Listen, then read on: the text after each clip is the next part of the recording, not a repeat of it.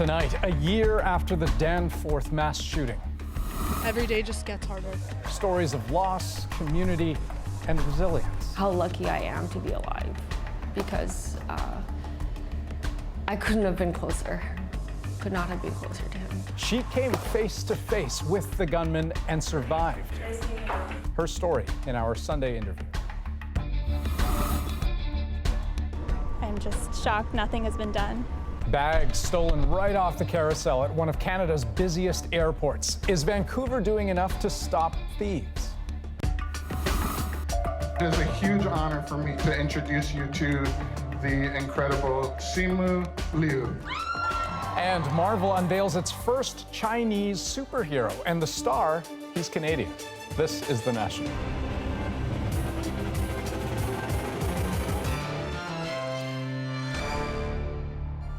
Since a gunman opened fire on Toronto's Danforth Avenue last summer, killing 2 people, then himself, time has been measured in so many different ways. Seconds that night as people tried to save lives and police searched for a killer.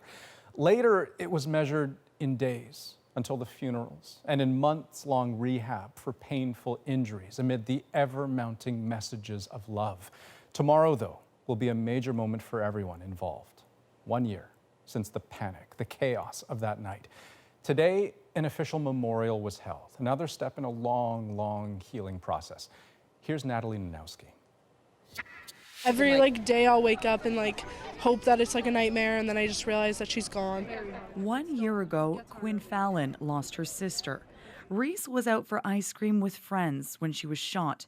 She was 18, just graduated from high school. 10-year-old Juliana Kozis was also killed by the gunman. I try to replace my anger from what happened with just sadness, because as much as how much anger I feel, nothing will change what happened that day. On July 22nd, 2018, our community was shaken by unthinkable violence. Thank you for... Today, dozens gathered to remember what happened. Just before 10 p.m., Faisal Hussein walked down the packed street, firing shot after shot. The rampage started at the parquet where Reese Fallon was. This man rushed to her side. By coincidence, I ended up standing right in front of the man who was on a fire truck who ended up doing CPR on Reese Fallon after she had passed away. I stepped out and he stepped in. We didn't see each other or know each other, and here we are here today, connecting. This park was the location of a memorial where for weeks people came and laid flowers or lit candles. That has all since been taken down, and there is very little evidence in this neighborhood that a shooting ever took place. But that night has forever changed this community. I was actually here at the Danforth at midnight that night, and I spent some time with the officers just to encourage. But I was also dispelled to the family at Sick Kids, and I was there till 3 in the morning with the family of Juliana. And I was there for the funeral service as well, so very close to my heart. In the days after, outpourings of support, messages of love, so many tears. All of it binding the people here together. I think a lot of people reached out when they may not have. It gave us a reason to talk to each other again, and I think it just made us stronger and a much more resilient community. This community will once again come together tomorrow. A candlelight vigil is planned for sunset. Natalie Nanowski, CBC News, Toronto. Among the 13 people who survived but were physically hurt in that shooting is a woman named Danielle Kane. She took a bullet to the stomach. It shattered a vertebra and left her unable to walk. Now, I had the chance to speak with her recently about her recovery, the good moments, but the challenging ones too. It's hard for me, honestly, it's hard for me to see all the other able-bodied young people and just seeing how freely they move through the world, and it reminds me of what was taken away from me, and it's hard when I have those thoughts. I kind of need to go home and into a private space where I can kind of digest those thoughts and I guess focus on the fact that I'm so lucky to be here still. You'll hear much more of my conversation with Danielle Kane and her partner in about 15 minutes' time. Well, in Hong Kong, after more than a month of protests and after another demonstration brought tens, possibly hundreds of thousands into the streets peacefully, things escalated dramatically. Renee Filipponi shows us how. Demonstrators broke through barriers, clashed with police, and erected barricades of their own. In Hong Kong, this battle is familiar. The target may be less so. The Chinese government liaison office. Up till now, demonstrators focused on Hong Kong's local government. But today, the anger directed squarely at Beijing. At first, these protests were about the proposed law that would allow Hong Kong to extradite suspects to the mainland.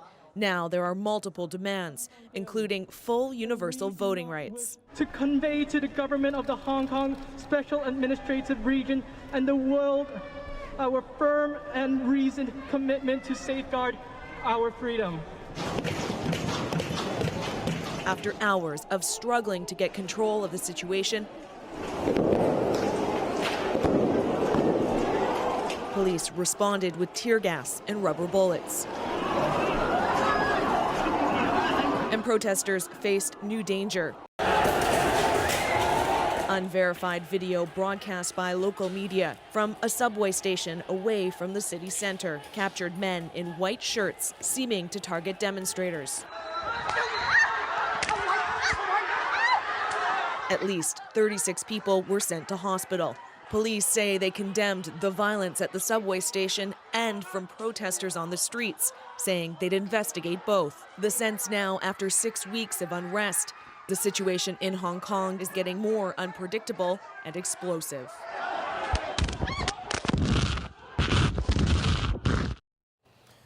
Okay, so Renee, it's Monday morning now in Hong Kong. It's so far a much calmer day, but it's hard to predict if it'll stay that way. Yeah, Andrew, and we'll be keeping an eye on it. And one more note to this story. Over the weekend, police say they found a stash of very powerful homemade explosives at a commercial building, the same kinds of ingredients used in global terror attacks. They also found materials voicing opposition to the extradition bill. One man was arrested, but they caution no concrete link has been established to the protesters and that the investigation into the motive is ongoing. Andrew? Okay, thanks very much, Renee. Well, a week after tweets from the U.S. president widely denounced as racist, Republicans in the White House have been playing political defense. And as Paul Hunter explains tonight, anyone who thought the controversy would simply blow over didn't count on Donald Trump.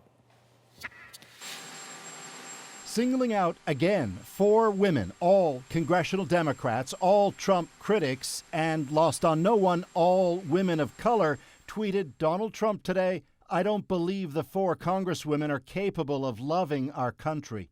The 4, dubbed the Squad, first took fire as a group from Trump last weekend when he tweeted they should go back where they came from, setting aside that all 4 are U.S. citizens, 3 of them born here.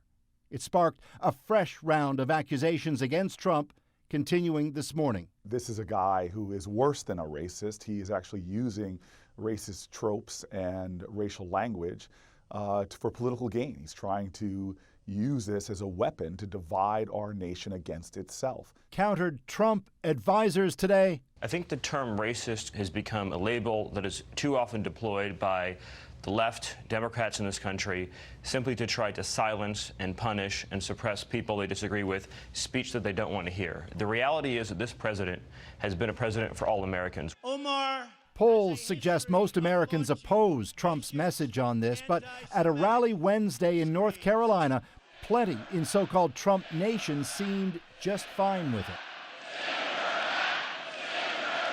Chanting, "Send her back," about one of the 4, Ilhan Omar, who fled Somalia in '92, became a U.S. citizen in 2000 and was elected to Congress last fall. Meanwhile, in the Washington Post this morning, a report highlighting worries among Republicans when it comes to Trump and race, citing some 24 Trump insiders and their view Trump didn't understand what he'd done amid their efforts at damage control. But, says the Post, Trump effectively ignored guidance on this. Today, Trump tweeted about the report, calling it, as he does, fake news. Paul Hunter, CBC News, Washington. To British Columbia now. The mother of a young American woman killed along with her boyfriend is speaking out tonight. She wants answers about why the young couple was killed in a remote corner of the province. The CBC's Austin Grabish spoke with her and with some of the last people to see the couple alive. Sheila Deese is trying to bring her daughter home. China Deese and her Australian boyfriend, Lucas Fowler, had just started a road trip in a remote corner of BC. Their bodies were found along the Alaska Highway on Monday. Each day gets harder because the more that I'm watching, and it's everywhere, you know, the words brutal and violently are haunting me. And so while I want to know the details, it's not going to change my outcome. China had flown from her home in Charlotte, North Carolina to be with Fowler, who was working on a BC ranch. The two were planning to explore the Canadian Rockies before stopping in Alaska. They were traveling in this van Fowler fixed up until it broke down Sunday afternoon. We were just going down the highway and came around the corner, and there was that blue van kind of halfway down with the hood up, and they were parked over to the side. Sandra Broughton says she and her husband may have been among the last people to see the couple alive. They pulled over to help them around 3:30 on Sunday, but Fowler seemed to have everything under control, so they left. Oh, I was horrified. Just to think we just seen them and to get that news. Deese says RCMP told her that her daughter was shot. She wants to know why her daughter was killed and spoke about how this has devastated her family. I have one less child, and I have 3 very sad children. They always say, you know, mom can only be as happy as her saddest child, and I have 3 broken kids. Deese is now planning her daughter's funeral as she waits for her body to come home. RCMP are being tight-lipped about any leads in the case. Austin Grabish, CBC News, Winnipeg. Now here are some of the other stories we're watching this Sunday night on The National. The UK is looking at its next moves after a British tanker was seized by Iran over the weekend. Please confirm that you are not intending to violate international law by unlawfully attempting to board. Video released today shows the Stena Impero flying an Iranian flag. The seizure adds to the rising tensions between Iran and the West. We're expecting to hear Britain's next steps announced in Parliament tomorrow.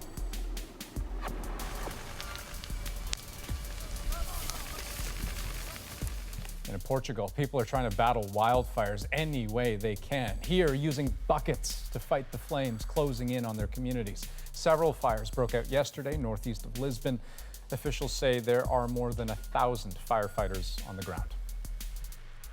Well, Canadians, safe to say, have some beefs with air travel, but people in Vancouver are reporting problems after they land. Some 26 million people pass through that airport in Vancouver every year, which means a lot of luggage. And as Tina Lovegreen reports, some of it is being stolen.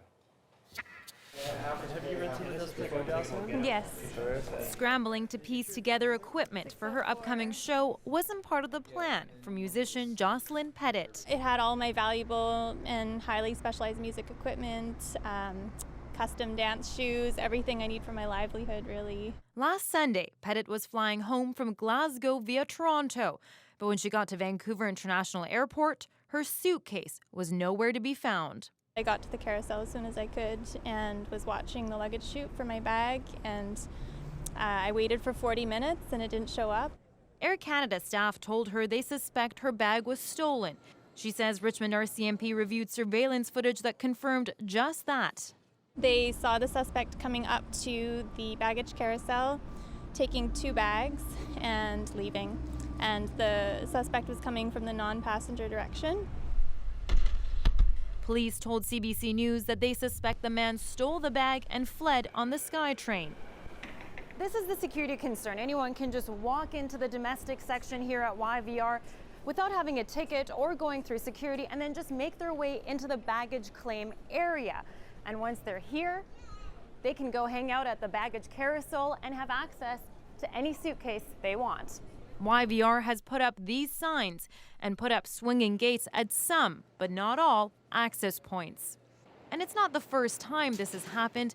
In 2017, a 46-year-old man was arrested in connection with a spree of stolen luggage at YVR using the very same tactics.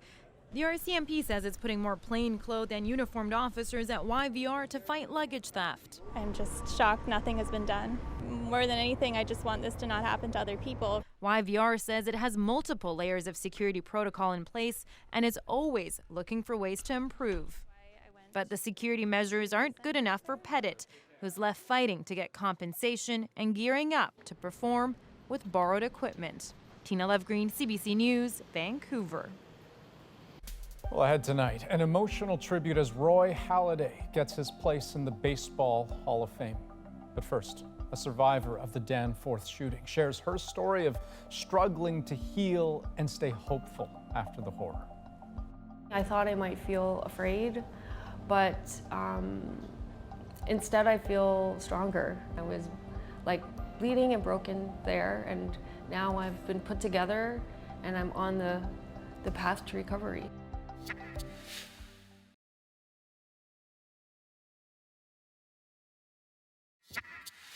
To see how many people have come together to reclaim Danforth as a safe space for families and children, I mean, it's amazing, really.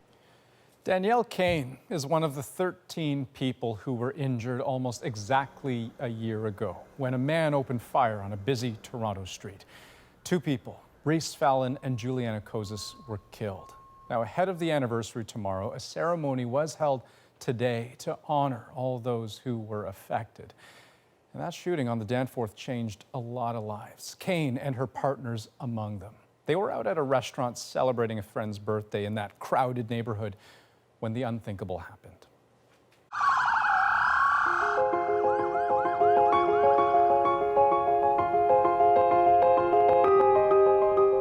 A summer night broken into cold pieces. The shooting on Toronto's Danforth Avenue left the city shocked with few answers and hope scribbled on the walls. But months later, 2 survivors would show us the meaning of strength. I felt the shot. Immediately, my legs like buckled under me. Danielle Kane was permanently paralyzed from the waist down when a bullet hit her spine. You'd expect anger, but she told us the shooter deserved better. I feel sorry for them. I wish that perhaps that they had the help that they needed. We were right here on a patio. Her partner, Jerry Pinkson, was also there that night. Having worked as an emergency nurse, he rushed out to try and help others. The months since have been up and down for both of them. Between managing Danielle's constant pain and their mental health, there's the added challenges of moving on and moving out, too. I caught up with them earlier this week at their soon-to-be old home in Toronto's West End. Thanks so much for making the time. How are you guys doing? We're okay. We're hanging in there. It's been, as you can imagine, a really tough year. I guess for me, I'm really surprised about how long the rehabilitation process is taking, especially regarding like the chronic pain that I'm experiencing. And we knew that the disability or paraplegia, so she never walk again, was an issue. And we knew we were like fighting and preparing for that possibility, that future. But then if you put this whole new element of pain, it's been a bit difficult because, you see your partner struggling with this new disability, and then she has another disability of pain, which is pretty occupying. Can you describe what that feels like? Well, it's an intense pins and needles feeling from my waist down. So it's quite all-encompassing. It's almost like you feel like half your body is trapped in concrete or something. Are you able to take, medication for that? I am taking like many different kinds of medication for that, especially Lyrica. The only issue is that it kind of interacts with some of my other medications and it can make me groggy. So it's kind of finding the balance between that, because it's almost as though like I can't have clarity of thought and pain relief at the same time. Can you walk me a bit through those little ways that life is different now? Well, in the past, you wake up in the morning, you get out of bed, and then you start your day. I can't get out of bed right away. Like, I need to take time for my pain medication to kick in. When I do finally get a day where my pain is controlled and we go out, it's hard for me, honestly, it's hard for me to see all the other able-bodied young people and just seeing how freely they move through the world, you know? And it reminds me of like what was taken away from me. And it's hard when I have those thoughts. I kind of need to like go home and into a private space where I can kind of digest those thoughts and I guess focus on the fact that I'm so lucky to be here still. I know all of your attention is focused on Danielle, but I'm curious to know what the hardest part of it for you has been. The hardest part for me has been just seeing someone you love suffer so much. It's hard for me to be there and not able to help, especially when pain is an element to her like suffering. It gets to a point where I try to do my best, but then I have to like just sit with that, and we have to sit in that reality for a moment and just try to do whatever kind of thing we can do to have some kind of respite. Right. And so, I mean, let me ask you the same question I asked you at the beginning, which is, how are you doing? I'm doing okay. I can't change the situation that we're in. I can only try to make things better for myself and for my partner, for Danielle. So I can't dwell on trying to say the what if and how to change things. I just try to focus on what I can change a day, in a week, or in a month. I don't mind sacrificing my own well-being for a short term just to help her through this period, because I know when the tables are turned, she's there sacrificing herself for me. When you hear, Jerry saying some of those things, what goes through your head? I mean, I know, sorry, I guess I just need a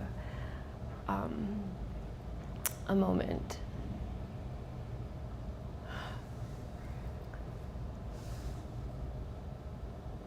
I guess, yeah, because I mean, since day to day, he's helping me so much.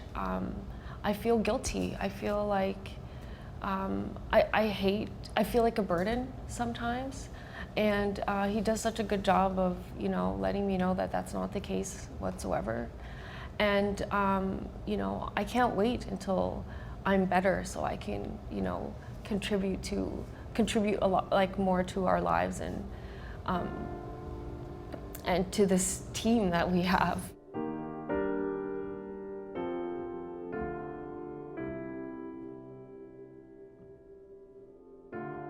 Have you been back to the Danforth? It was St. Patrick's Day. We were kind of partying with friends at a pub. It was a good paying day, and we had a few drinks at a pub, and we were going home, dropping people off, and we had just happened to pass by the Danforth just to see again how close the shooter was to me, like just how narrow that street is. I'm again reminded of how lucky I am to be alive, because I couldn't have been closer. Could not have been closer to him. So that was the only time you've been back? That was the only time I've been back, and yeah, so it was surprising to me. I thought I might feel afraid, but instead I feel stronger. I'm like, I came from there and I was broken and I was like bleeding and broken there, and now I've been put together and I'm on the path to recovery. So I did want to ask you about something that you had said actually the last time we spoke to you, and it was about the shooter, and right. it was something that actually really struck me right. quite a bit. You said that you felt sorry for him. Oh, I still do. It's obvious to me that he was suffering. Faisal clearly had had these issues for a long time, and he fell through the cracks. You know, he was supposed to follow up with a forensic psychologist, and that never happened. I think our system needs to be improved. I think that individuals like this should have, you know, caseworkers or someone that they need to check in with regularly, whatever it is that they need to stay on track and not be so isolated as he was. A lot of people in your position might not feel the way you feel, which is the sense of empathy, of sympathy. I've been in really dark places. If you're alone and you don't have anyone to kind of pull you out of that negative spiral, like how far you can go down there. Because I've been down there. I haven't been as far down as he has, clearly. But we all need community. Like, we all need people to love us. And I know it's hard for other people to believe, but like we need to bring in people like Faisal and love them. Where do you get that strength from? An obstacle like this one, maybe, it is huge. It is a big thing to deal with, but I do think that I've had a lot of other adversity in life that I've had to overcome, so that this isn't, I don't know, I guess together with Jerry, it doesn't seem so insurmountable. Well, to that point, you have support here. I do. Tell me about this guy. He's amazing. I mean, I keep, even at the beginning when we first started dating, I was like, where'd you come from? You know, he's so kind and so generous and just loyal to a fault. And loyal to a fault. Yeah. Why'd that make you snicker? Because it's like, you think about loyalty is not, there's no fault in it being really loyal and stuff. It's something that just like feels right, and like when you feel you're committed to a partner and you love a partner, it's just like what you do for them, no matter what, you know. So. Going back to school? Right. Going back into nursing? Mm-hmm. I mean, tell me about that. Is that's on the horizon for you? I would like to, and the reason I decided to embark on the nursing program was because I wanted to help people with mental health issues, and I thought that through nursing that would be a great way to do it. One last thing, I know you guys have a busy time ahead, right? In the coming weeks, coming months. Right. Big move. Yes. Yeah, moving to Oshawa, so exactly near Daniel's nursing school. That was our main driving force to move out there. Yes. So we're excited to move into a new community. We talk about the importance of community, and we really want to get into a new home, accessible home for Danielle. Yes. And then get into the community and put our roots down. That's what we're looking forward to. And I mean, you know, there's the practical side of things, and I just want to know emotionally. I mean, where's your head at?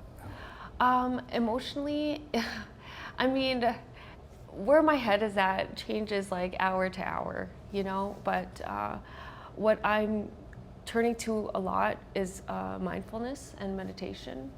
I've been reading Peace in Every Step, and it basically is about, you know, finding joy in the small things. There's so many things that we can be grateful for if we just, you know, turned our attention to it.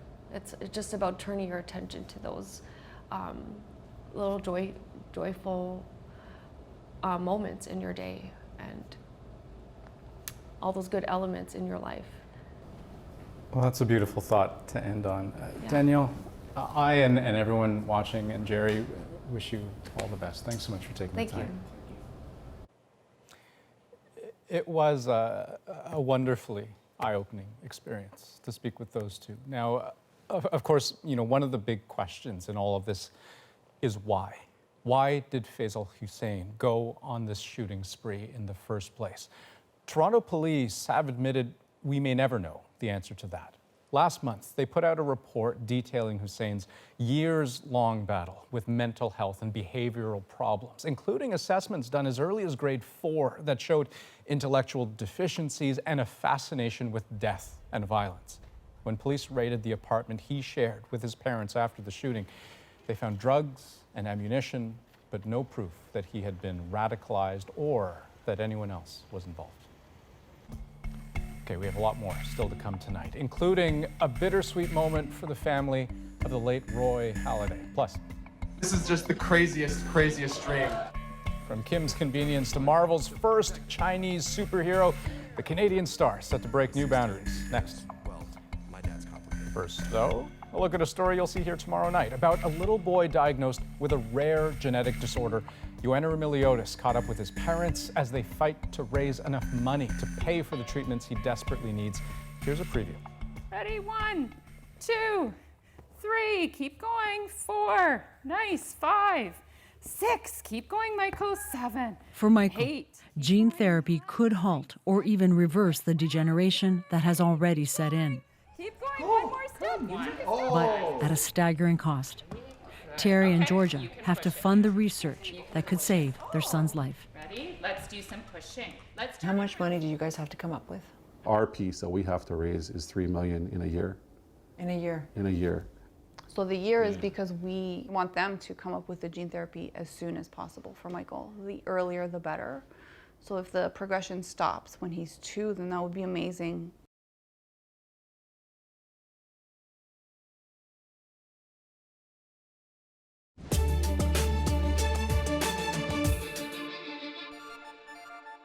A familiar face in one of CBC's most watched comedies is about to become a star player on the big screen for one of the biggest players in Hollywood. Simu Liu from Kim's Convenience has been cast as Shang-Chi. It marks Marvel's first feature with an Asian lead, and as Tanya Fletcher tells us, that diversity has been a long time coming. Here's the thing. When I was 16, my dad kicked me out. Simu Liu stars as Jung Kim on Kim's Convenience, set in Toronto. His character helped turn the show into a hit, highlighting Canadian diversity. And now Hollywood has noticed too. The incredible Simu Liu. San Diego's renowned Comic-Con was the backdrop for the big cast reveal. Shang-Chi is Marvel's first superhero film featuring an Asian lead. It's a title Liu takes with pride and humor. I feel like I was kind of the social experiment of let's just take this guy, the ordinary guy living in Toronto. Let's tell him that he's gonna be in the next Marvel movie and give him 4 days to prep for it. Liu says he was screen tested just a week ago and only found out he was cast on Tuesday. He calls it the fulfillment of a dream. Others call it a long time coming. It feels really significant. It does feel like there's momentum. Nancy Wong Ewan lives in LA and has authored a book about racism in Hollywood. She applauds the diverse casts of blockbuster hits like Black Panther, but she says there's still more work to be done. We need to support not just kind of the Marvel films, but the smaller films so that we can have a diversity of voices. It's more than just kind of seeing yourself represented, but interactive. So social media, I think, is part of the changes as well, that you can see in real time that audiences don't want a whitewashed character. There are changes that are being felt not only in TV and film, but also the comic book industry. I think that's going to mean a lot to a lot of Canadians. Hank Patterson's comic book store in Vancouver has seen a recent spike in demand for Shang-Chi as fans await the new Marvel film. I know a lot of people who have been fans of Shang-Chi their entire lives who, are very rich in both the Canadian and the Chinese identity, and it always means so much to everybody to see representation on the screen. It all amounts to high expectation for a film many feel can't come soon enough. Tanya Fletcher, CBC News, Vancouver. Now, you could say Liu has been pursuing this gig for a while now. Take a look at what he tweeted back in December. Okay, Marvel, are we going to talk or what? And then late last night, thanks for getting back to me. So, life lesson for all of us. If you want something, just ask. Now, Simu Liu's casting does play into a much bigger picture and some of Marvel's other casting decisions. Feels pretty good. Always had a little hammer envy. Natalie Portman will become Thor in the 4th installment of that franchise coming in 2020. The same film will reveal Tessa Thompson as the first LGBT superhero in the Marvel Cinematic Universe. As new king, she needs to find her queen. So that would be... Also revealed, the cast of Marvel's The Eternals. It includes the first deaf superhero, played by deaf actor Lauren Ridloff. What does honor mean? This is what honor means. I am so honored to be here. And the Eternals' diverse cast also includes Kumail Nanjiani and Salma Hayek. It's being directed by Chinese filmmaker Chloe Zhao. And when we come back, from what you eat to what you invest, the simple, tangible things you can do to help fight climate change. But first, in case you missed it, it may not be Formula One or NASCAR, but this is an elite racing circuit, at least in the town of Shaunavon, Saskatchewan. 17 open-wheel gladiators battled it out in the second annual lawnmower race, part of Shaunavon's Boomtown days. And the race has already become a huge hit. Organizers built a brand new track this year, and they were hoping 200, maybe 300 people might turn out to watch. They got more than 1,000.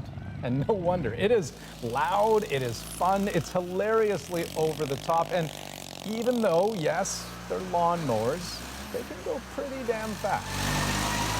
Apparently some top out at 70 kilometers an hour, and maybe, just maybe, it's more about the imagination. Forget the dirt track in small town Saskatchewan. This is a road, a fury road. Immortan Joe himself in hot pursuit. The smell of burnt rubber, twisted metal. I mean, you know, it's kind of like that. And clearly folks in Shaunavon take their summer fun very seriously. Oh, what a day! What a lovely day! Happy Boomtown Days.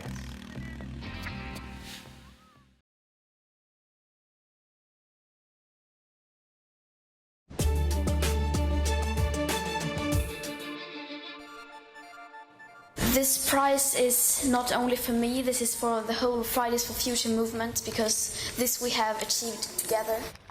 Swedish climate change activist Greta Thunberg was honored for her student climate strike movement today, receiving the first Freedom Prize in Normandy, France. It's named to honor Allied soldiers who stormed the Normandy beaches on D-Day, and it comes with a check for 25,000 euros, which Thunberg says she will donate to 4 climate justice organizations.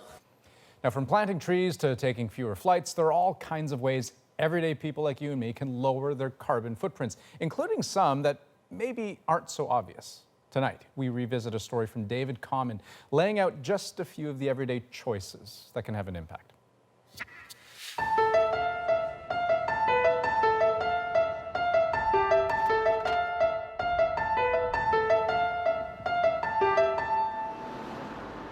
I bet you've questioned how much of a difference these things really make when it comes to reducing your carbon footprint.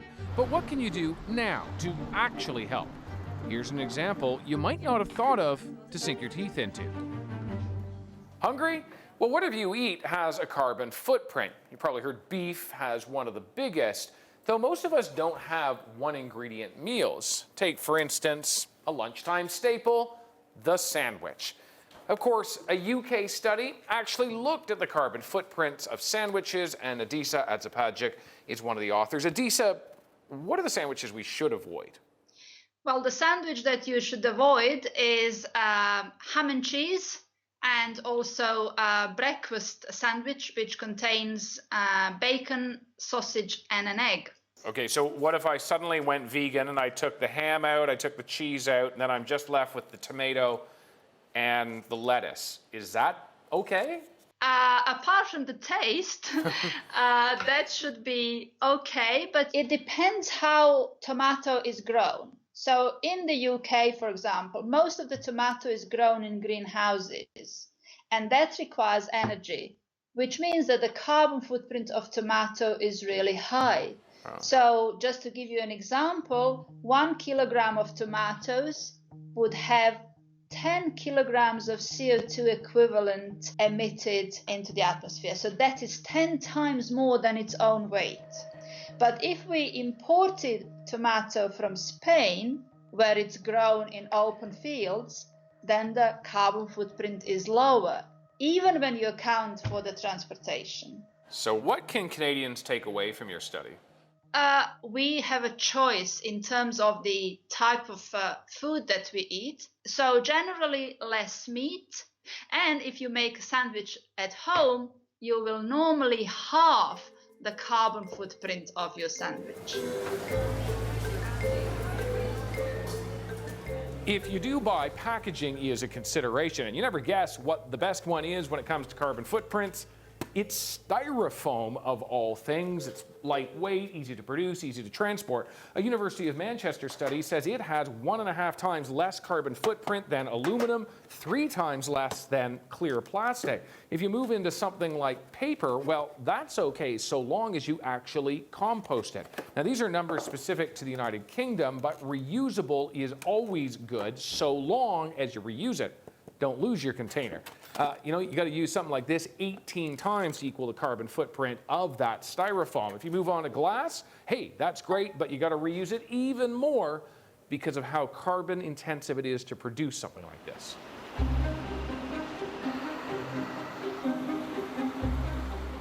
There's one really big way to reduce our own carbon footprint and maybe make a bit of money at the same time, talking about your investments. So one study from CoPower shows the average Canadian portfolio is connected to more carbon emissions than anything else we do in our daily lives, even driving. And so a $10,000 investment, for instance, here at the Toronto Stock Exchange, could be connected to 800 kilograms of CO2 each year.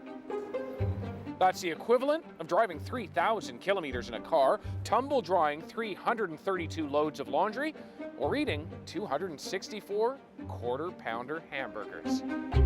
Okay, whoa, let's hit the rewind button. How is it that investing has a carbon footprint? Man with the answers today is Tim Nash, and you are an investment coach, and you're also the founder of Good Investing. So explain this to me. How is it the money that I invest has a carbon footprint? Right, well, you invest that money in companies, and those companies emit carbon emissions. So just like you share in their profits, you also share in their carbon footprint. Okay, I get how you say you're partially responsible, they're emitting, you have a share in that. And as Canadians, we invest trillions of dollars a year. But what about the small guy, the normal guy?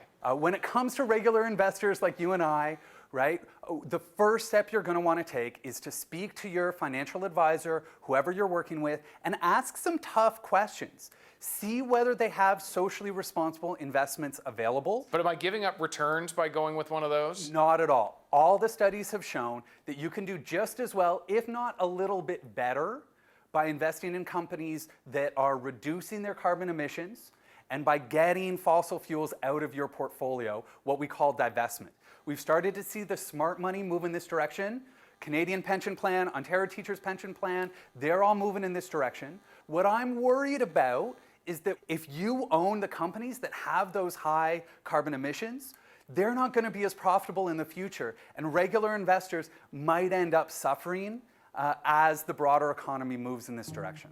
Look where the puck is going, not where it is. That's it. So those are just a few things that you can do to reduce your own carbon footprint. They're not necessarily the biggest ones out there, but even the small ones, taken collectively by all of us, can really make a difference. David Common, CBC News, Toronto. And when we come back, Roy Halladay's induction into the Baseball Hall of Fame. I'm going to do the best I can to say the things I believe Roy might have said or would have wanted to say if he was here today. His wife's tribute is tonight's moment.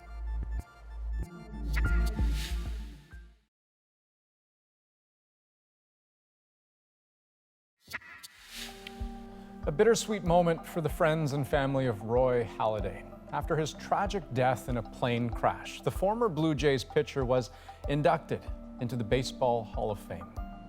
Now, accepting the incredible honor, his widow, Brandy, who got a standing ovation before she even said a word. Her touching tribute is our moment.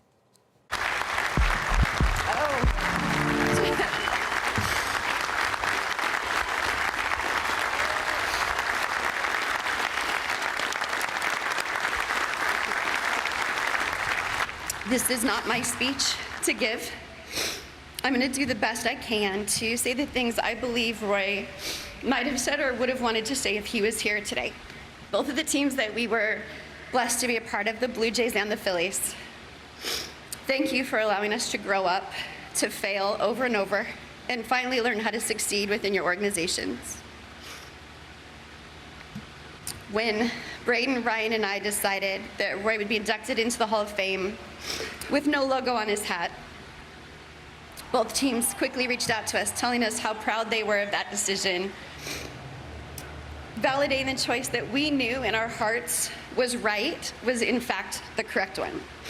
We know without a doubt, had Roy been here with us today, this is the decision that he would have made, and more than anything would want both organizations to know that they hold a huge place in our heart and always will. And so Roy Halladay would spend his last 4 seasons in Major League Baseball with the Phillies, but 12 seasons with the Toronto Blue Jays. He was just 40 years old. That's the National for this July 21st. Have a good day.